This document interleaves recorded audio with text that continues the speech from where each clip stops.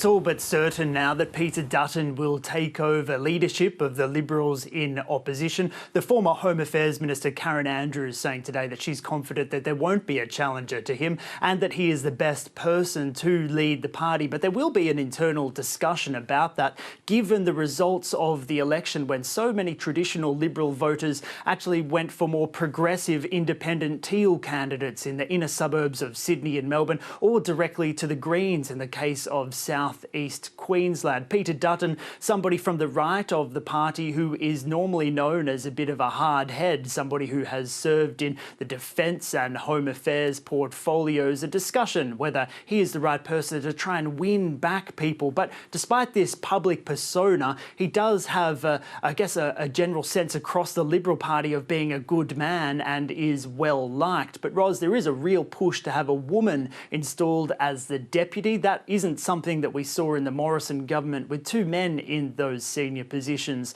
The frontrunner for that at the moment is the former Environment Minister Susan Ley. Jane Hume, the Senator, also in discussions. She played a leading role in the campaign.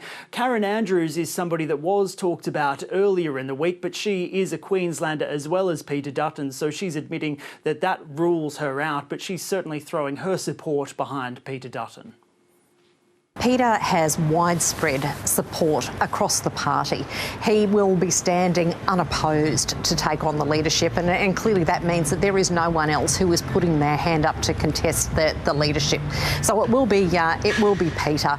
Look, because he has widespread support, you have to assume that he is going to have very strong backing. I believe that that is the case, and he has a very strong support base here in Queensland. They're backing him in very strongly as leader. Ros, it could be a couple of weeks until this becomes official because the Liberal Party actually needs to gather to have a vote on this, and of course votes from the election are still being counted.